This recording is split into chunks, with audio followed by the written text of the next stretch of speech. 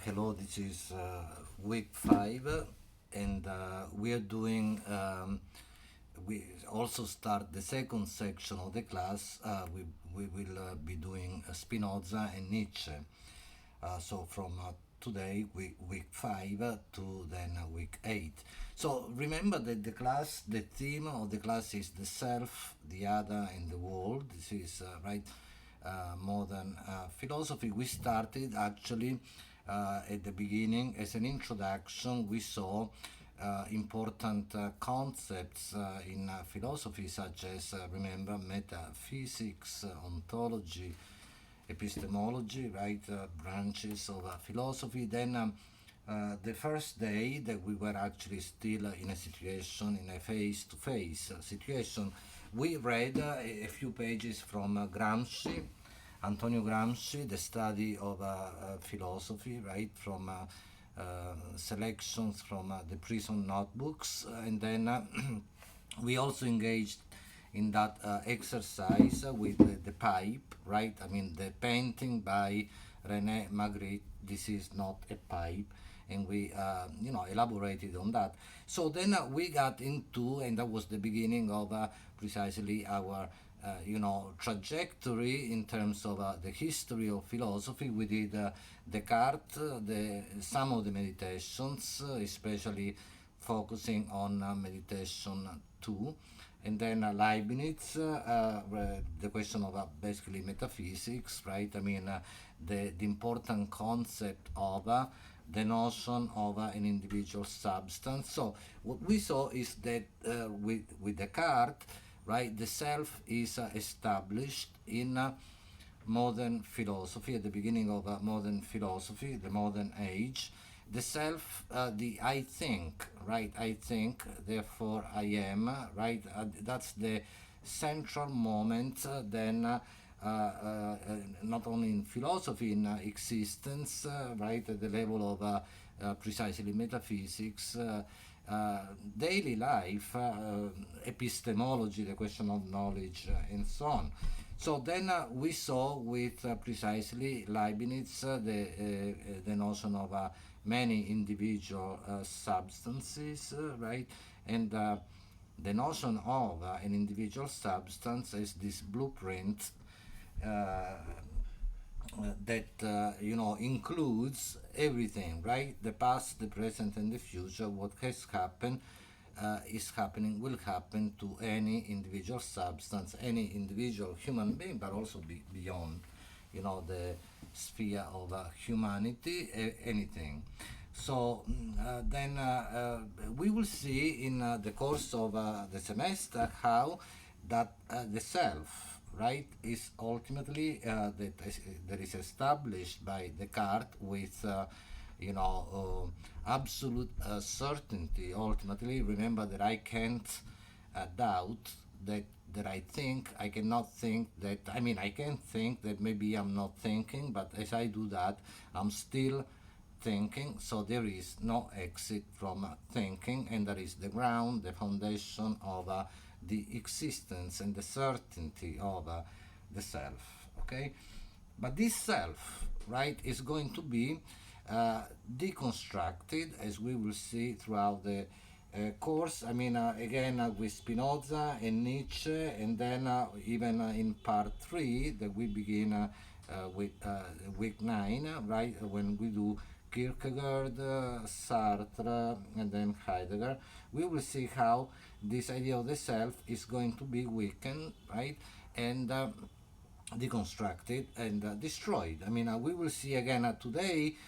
We stay with some sections of Spinoza's Ethics, a very difficult book, but I asked you to read a few selections, right, a few sections from the Ethics. I mean, if you look at the syllabus, right, you should again remember that there is the revised and simplified syllabus, but in any case, the keywords, right, in the syllabus for today are concerning God, which is the title of part 1 of the Ethics, right, this important book by Baruch Spinoza, and then one substance, and then you will also read the notions of natura naturans, which is in Latin for naturing nature, let's say, although this, maybe we cannot say that in English, but naturing nature, producing nature, nature in the act of producing itself, and natura naturata. These are Latin expressions that we find in the book by Spinoza in the Ethics, even in the English translation, right? Nature, so to speak, right? Produced nature after the after production, right? The manifestation, what we see of nature. And then also the words transcendence, right? And immanence. These are the key words, okay, that you find in the syllabus. Then the reading for today would be, again, it's not extensive, but it is dense, right? I mean, read part one, right? And some things will be very difficult. Don't worry if you don't understand everything, it's okay. But read anyway, especially pay attention to the highlighted parts, right? Again, highlighted by me. And then also paying, as the syllabus says, pay particular attention to the appendix. At the end of part one, you have this appendix from page 238 to page 243, right? So pay particular attention to that. This is for today. Then next time actually will be April 19th, because then next week would be spring break, right? So then next time I will make then the video, upload a new video for Sunday, April 19th, and we'll continue with Spinoza with part 4, and I will ask you to focus on some pages, at the outset of part 4. Okay, but for now, so the focus should be your, you should pay particular attention to this great moment in the ethics, which is in part 1 of the ethics, which is the appendix. Okay, again, page 238 to 43. And then this is also, what maybe you can write about in your discussion board, right? Remember to write regularly the weekly entry. And for those of you who have not done it yet, please do it. You can catch up now, even with spring break. I know this is a difficult time for everybody, and for some can be even more difficult than or even tragic. I hope that everything is fine with all of you, but then for some maybe even more difficult than for others. But in any case, try to do. That's why I have simplified the syllabus and the requirements, but try to do these assignments, okay, the entries. So in any case, as you go to, I believe, in your text, it is on page 217, right, which part 1 of the ethics, this is basically the book, okay, the ethics begins, page 217, and again, I will not speak much about the very difficult moments. Again, remember, read the highlighted especially passages, but then I will perhaps myself focus more today on the appendix, okay, the end of part 1. In any case, this first part of the ethics is called, the title is Concerning God, and let me be again very sketchy, but I hope very clear, okay? I mean, for Spinoza, there is one substance only. If you recall, right, in Descartes we saw two substances, right, the thinking substance and the extended substance, right? There is this dualism, this twofold type of paradigm, two substances, right? Again, for example, this is extended, the book, the material thing. My body also is extended, meaning taking up space, but the idea of the book is not extended. Or for Descartes, my soul slash mind is not extended, it is a thinking substance, and that is actually for Descartes what I really am. Remember that I am a thinking thing for Descartes. Okay, so two substances. The word substance, of course, should be clear. Sub, right? S-U-B, under, and stance. We also had that word in English. To stand, a stance is a position, right? So substance is that which stands under, okay, as the ground of anything. Okay, so we had two substances in Descartes, irreducible to one another. They are completely different. Okay, we have an infinite number of substances, individual substances in Leibniz. Together, then I repeat with the notion of the individual substance, but we have one substance in Spinoza.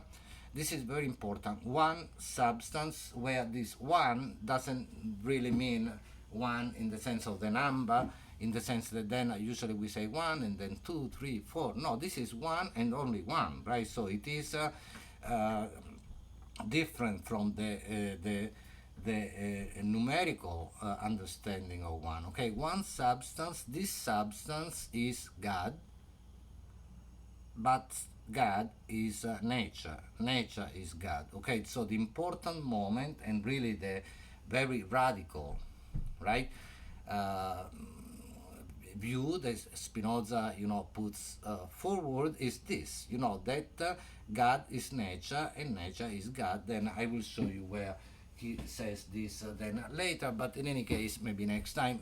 But God or nature, you will find God or nature, where this or doesn't mean what usually it's not a disjunctive, right?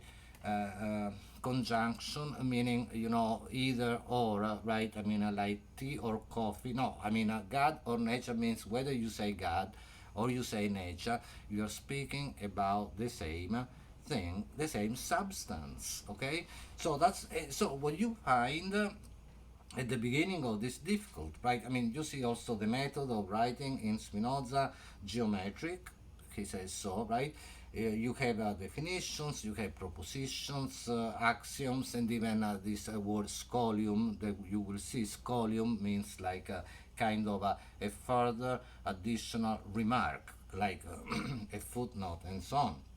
So he begins with these definitions, right, on page 217, and definition one, the first one, is not, completely different from the tradition right before Spinoza in philosophy, metaphysics, theology, and so on, because he says, by that which is self-caused.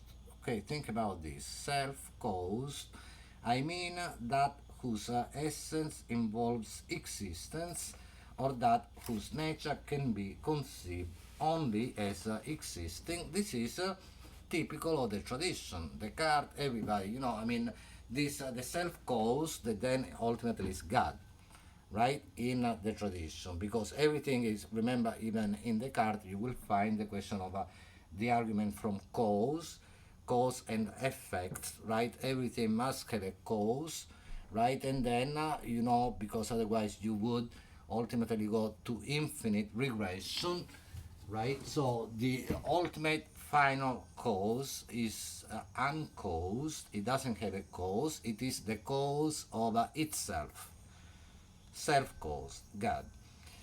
But the radical move in Spinoza, very radical, is that he says, okay, good, but this God is the same as nature. So it is not the case like in the creationist. He rejects that paradigm, right? In the paradigm in which you have a creation, right, you have God outside the order of nature, precisely. Nature is created by God, right? I mean, in the tradition of, that Spinoza comes from as well, because, I mean, he was raised in the tradition of Judaism, and then he breaks with it, right? I mean, he lives in, he's in Amsterdam, a relatively open, progressive place at the time, but he has problems there too. You can check, online. I don't have much time, but a little of, the biography of Spinoza as well. But in any case, he comes from that tradition, but then he breaks with it. But in that tradition, and then the traditions, the derivative traditions of Christianity, Islam, we have this model, right? Genesis, right? The book of the Old Testament in the Christian tradition, the books, this is shared by the Jewish, Christian, and Muslim tradition, right? Genesis is precisely, the description of the creation of everything by God. God creates everything out of nothing, or almost nothing, right? So, but in any case, Spinoza rejects this paradigm of creation. Instead of creation, think about production, right? I mean, this, again, nature is not created by God. Nature is God. God is nature. There is the one substance which is self-caused. It doesn't have to be created. It doesn't have to be even produced by any other thing or caused by any other thing. And there, essence and existence come together. Again, this is true of the whole tradition before, also Spinoza, like I said, essence and existence coincide in God, right? I mean, I don't know if this is clear. Essence is what? The whatness of something. What is it? And the existence is that. If you recall, meditation 2 in Descartes, same idea, right? I mean, I know that I am, but what am I? So that and what are not necessarily always the same. I mean, I can think about something that existed in the past and it no longer exists, but I still know what it is, right? Or even about something that, a fictional kind of,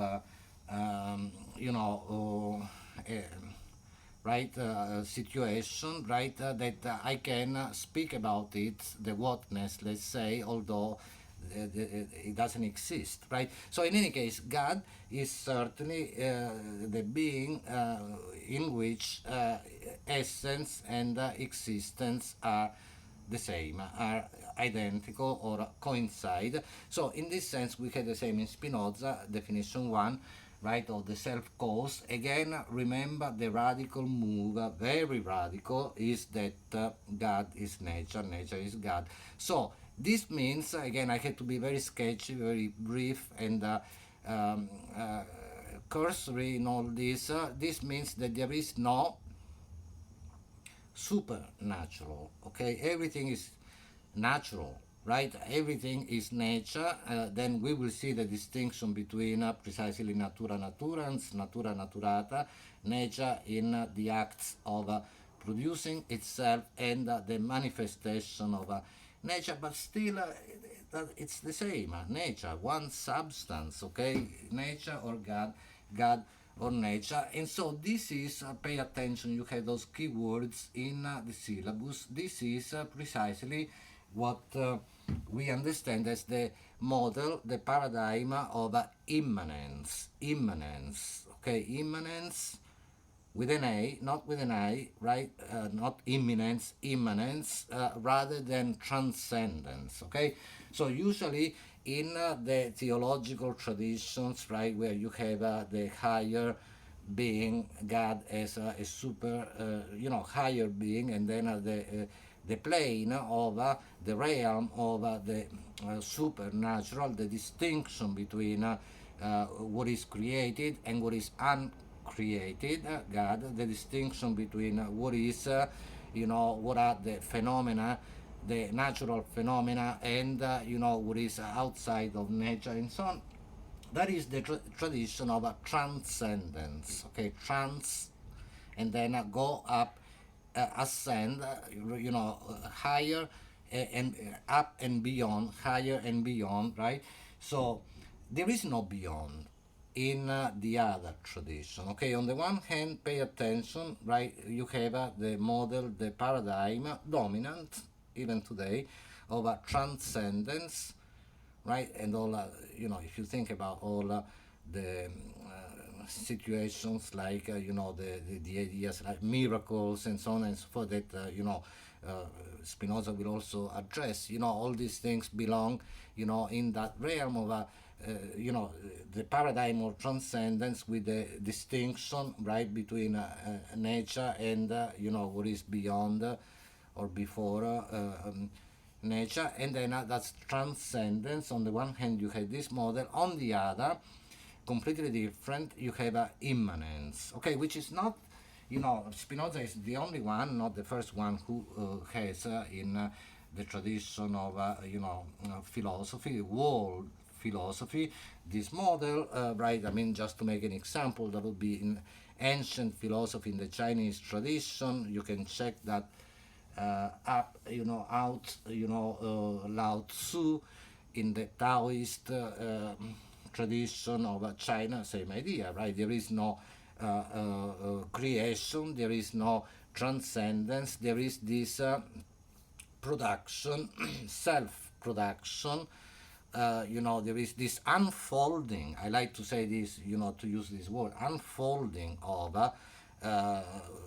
whatever reality is, right? I mean, it produces itself, it is emanation rather than creation, it is production, self production. Okay, this is immanence, meaning that everything, let me try to explain this way, instead of thinking of a higher plane, a higher realm, outside of nature. The idea here is that there is no outside, everything remains within, inside. Although this is, when I say this is a bit, this is imprecise, but it's just a way of, explaining this, because if there is no outside, right, if there is no outside, there is no inside, okay? So there is no limit, basically, okay? So, but fundamentally, just to explain, what immanence is to say that everything remains within, everything is there, basically God is everywhere. God, because then as you read more, and I see that it's already, you know, I have been already long, speaking about this, but I mean, if you see, then in still the definitions on page 217, he speaks about substance, right? And I told you what the substance is: one substance, which is God, which is nature, then attributes, right? And then molds. Okay, so basically you have one substance, two attributes. He says there are maybe even many more, but the human mind, the human intellect, is able to understand two attributes, and these two attributes in Spinoza are ultimately what the two substances were in Descartes. Okay, thought and body, thought and extension. Okay, so these are attributes of the same substance. Okay, basically, you still have right, the book and the idea of the book. Okay, they are in a parallel structure, so much so that you will see he says that an idea is true, an idea is adequate if it basically corresponds to that, to the object, the thing of which it is the idea, okay? And even in relation to the human,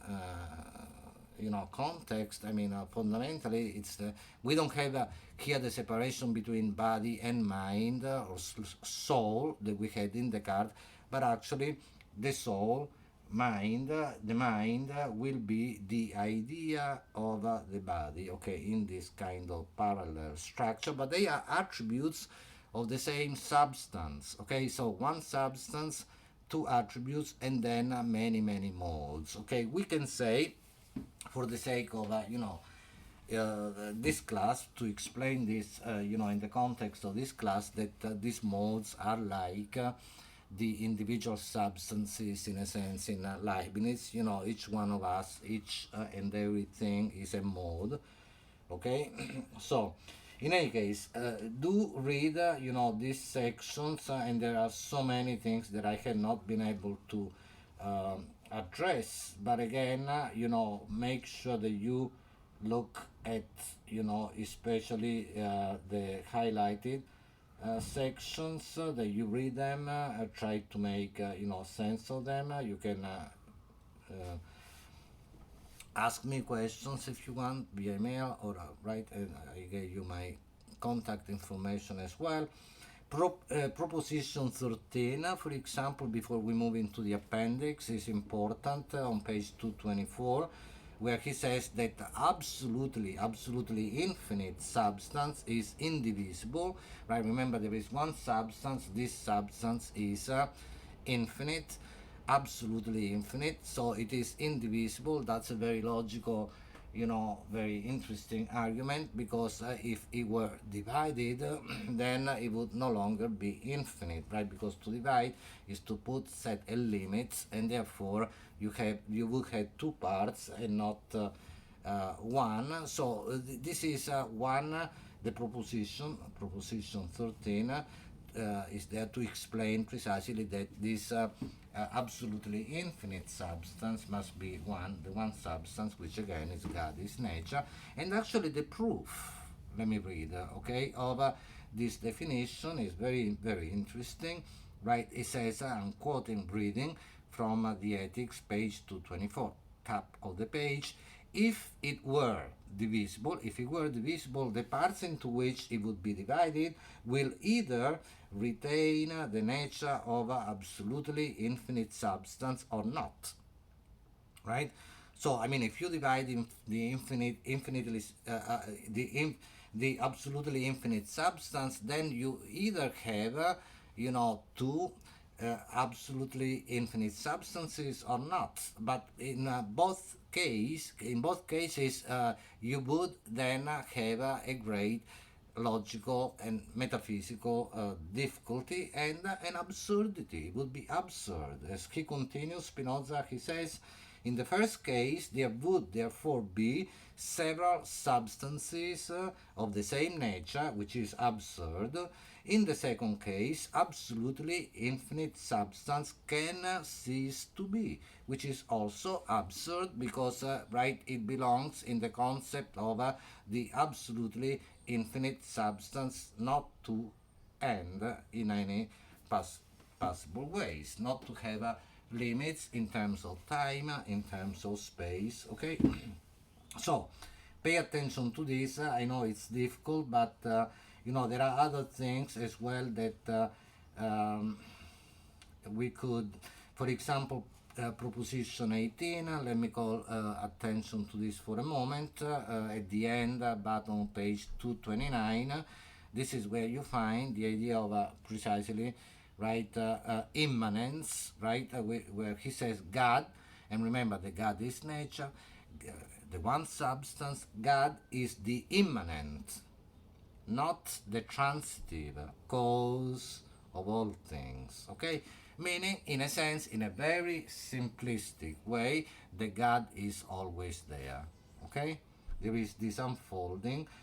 And then in proposition 20, you also find what I mentioned before, page 230. The God's existence and his essence are one and the same. Okay? And then let me just call attention to what I mentioned earlier on page 234. You find these two famous concepts, right, of natura naturans and natura naturata. You find the Latin expressions, right? So I spoke about them already, but again, that's the idea is that it is still the same. Okay, there is no dualism in the sense in which we saw in Descartes, or like I said, in most of the dominant tradition, we had this twofold reality, meaning of two planes of the real, right, and so on and so forth. Here, this is not the case. Again, nature, usually when we think about nature, we think about, I don't know, the woods, right, the forest, the trees, the mountains, the ocean, and so on and so forth. However, we usually overlook the potency, energy, right, force, potency inside, so to speak, inside, whereby things happen, whereby, again, a tsunami comes, or, flowers blossom in the spring, and so on and so forth. So this is still nature. It's not something outside of nature, and this will come back later, next time, when we'll focus with Spinoza on the question, very important question in his philosophy of the emotions. The emotions that he will say there too, we are dealing with natural phenomena and not with something outside of nature, something idealistic, spiritual, and so on and so forth. Okay, so same idea. Everything is part of this one substance, which is God, which is nature. Nature, the visible, if you will, the manifestation of nature, what we see, and also the invisible, what we don't see. That's still nature, right? The tangible and the intangible, even the invisible, the intangible, the potency, again, so to speak, inside is still, nature itself.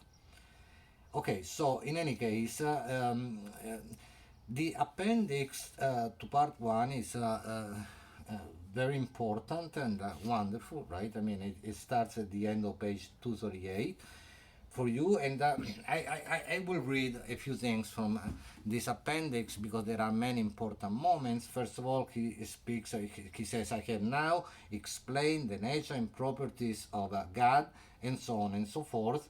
And then he gets the top of page 239, he gets to the question, very important question of prejudice, right? And he says that there are many, right, prejudices, and he says, now, all the prejudices, I'm quoting, which I intend to mention here, turn on this one point, and that is the widespread belief among men, right, that all things in nature are like themselves, in acting with an end in view. This is very important, pay attention, right?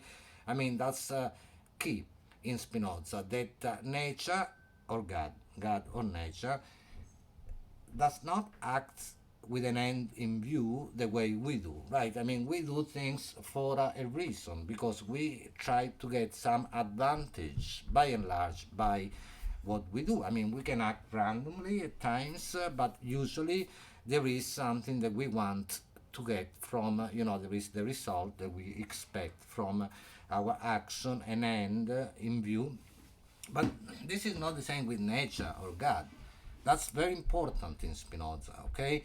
And in other, thinkers as well. We can't go into that now. I would in a face-to-face situation, but it would be too cumbersome now. So I hope that this is clear, okay? No end in view, right? So he continues, I'm reading, indeed, they hold it as certain that God himself directs everything to a fixed end, right? For they say, and this is very, radical, and even especially his times, although he lived in a relatively progressive, city context, but so they say that God has made everything for man's sake, and has made man so that he should worship God. This is precisely what we find in, the biblical tradition, and so on and so forth. I mean, the world, the earth, given to nature, given to man, to the human being to do as they please with it, and so on and so forth, right? And so he takes issue with this. He says that this is false, okay, and also read this section, and all the appendix is very important. So so there is no final cause. Maybe one word here is important. The final cause, right, is very often, people say, things happen for a reason. But the question is, this reason is, it can be understood, and very often, there is so much ambiguity in this, in two ways. The cause can be final cause or a efficient cause, okay, which we usually think less about. The final cause is that for the sake of which something, is done or something happens and so on, right? The final cause, but the efficient cause is what produces something, is the condition whereby something can happen. Okay, so that's basically the idea, right? But there is no final cause when we think about God or nature. Okay, so in any case, people believe that nature, is again. Let me see.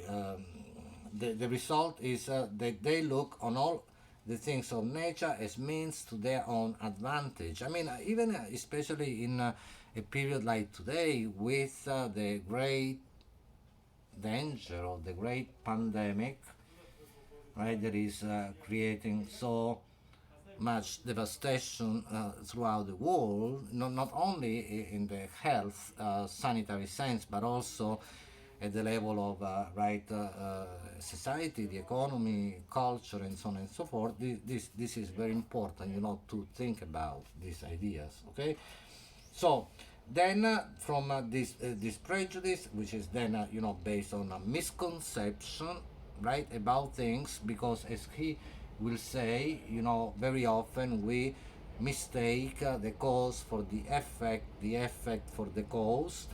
And also another problem is that humans usually, are aware of what they desire, because desire is also very important in Spinoza, the moment of desire linked to the emotions that we will see next time. Very often people know, right, what they desire, but they are not aware, they don't know why, right, they desire whatever they desire, the object of desire, right?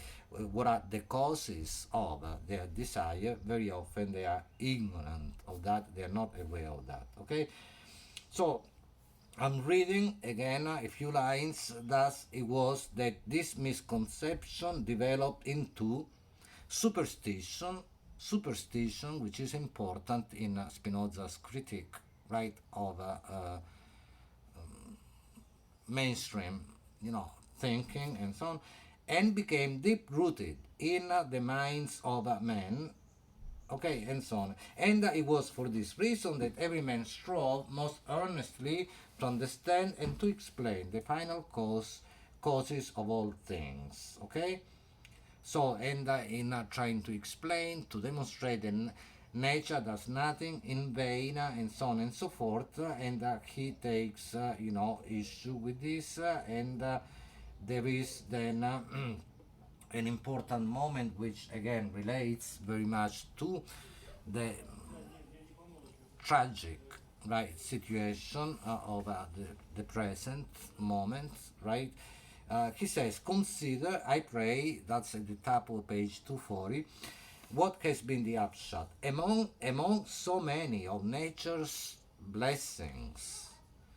They were bound to discover quite a number of disasters, such as storms, earthquakes, diseases, and so forth. And they maintain that this occurred because, right, they took place because the gods were angry at the wrongs done to them by men, or the faults committed in the course of their worship. And this is, writing in the 17th century, but this is even today, many people still, and many at times, we hear from public figures, right, saying the same idea, that things happen, the earthquake, and so on and so forth, or maybe even the virus now, because God is upset and wants to punish people, and so on and so forth. Okay, so Spinoza continues, and although daily experience cried out against this, and showed by any number of examples that blessings and disasters befall the godly and the ungodly alike, the good and bad people, and so on, without discrimination, right? Like we may say again, for example, the virus, the coronavirus doesn't discriminate, right? They did not, on that account, abandon their ingrained prejudice. Okay, people still believe the same way. Okay, because there is this kind of blind faith, this strong prejudice, misconception. And then he says, still on page 240, toward the middle, nature has no fixed goal, right? And all final causes are, but this is very important, figments of the human imagination. Okay, we make things up, which is okay. You know, we have and should use the imagination. I mean, it's not okay to do this. I mean, it's okay to use the imagination, but we should also use it the right, correct way. Okay, so there is this doctrine of final causes and so on, and um, then what you should read is the wonderful passage moment on page 241, the wonderful illustration that Spinoza gives of, right, I mean, precisely, you know, this type of um, uh, awkward way of thinking about stuff and reasoning and of precisely mistaking, right, the cause for the effect for the cause, and so on. And he says, I read a few lines, then you read the whole thing. The whole illustration is wonderful. You can write about it, right? What you think of it, right? That would already give you, you know, plenty of material to write your assignment. Okay, a new style of argument to prove their doctrine, and he says that they had devised this new style of argument, people, and he says that it is a reduction, right, not to the impossible but to ignorance, thus revealing the lack of any argument in its favor.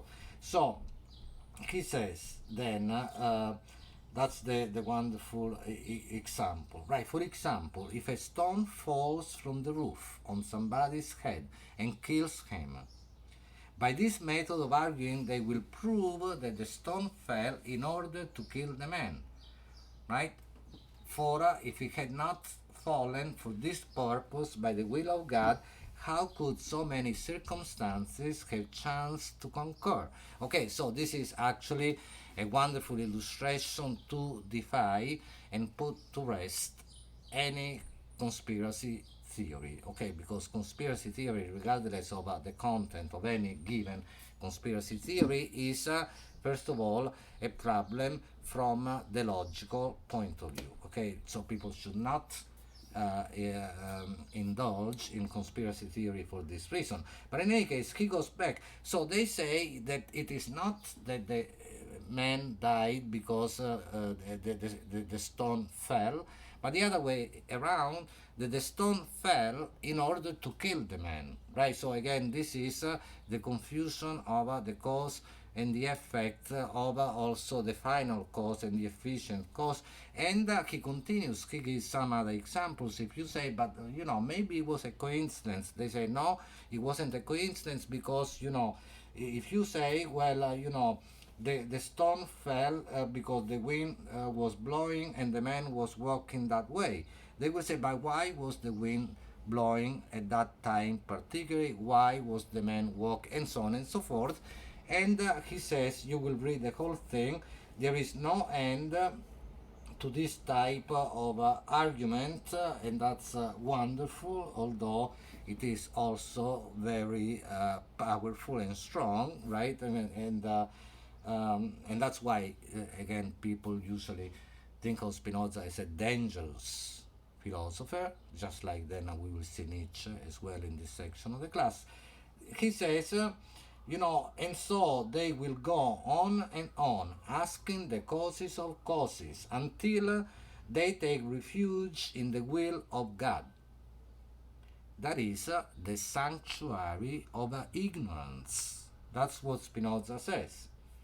Well, quite something, right? So in any case, you know, think about these important ideas, see what you think about this. Of course, what Spinoza does in speaking about this is also eliminate the idea of destiny, fate, right?